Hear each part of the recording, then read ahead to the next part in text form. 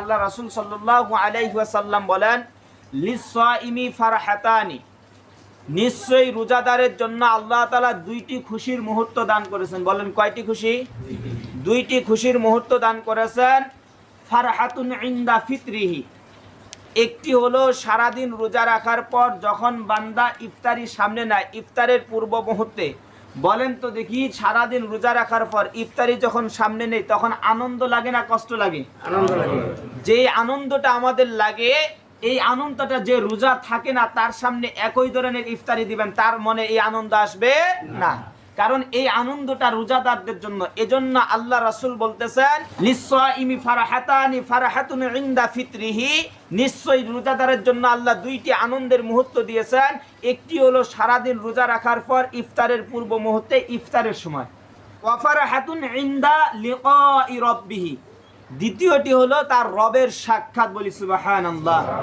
আল্লাহ পাক রব্বুল আলামিন বলেন, আস-সাওমু লি ওয়া আনা আজজি বিহ, রোজা হলো আমি আল্লাহর জন্য, বান্দাকে আমি সন্তুষ্ট করব আমি আল্লাহর সাক্ষাৎ দিয়ে। কোন দিন? বান্দাকে জান্নাত দান করব যেদিন। বলি সুবহানাল্লাহ।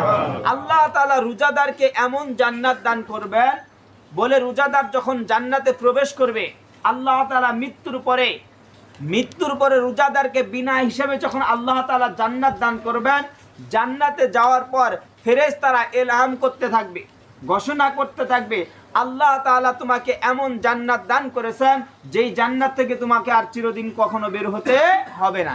এমন জান্নাত আল্লাহ তাআলা তোমাকে দান করেছেন যেই জান্নাতে তুমি অনন্তকাল বসবাস করবে, কখনো তুমি অসুস্থ হবে না।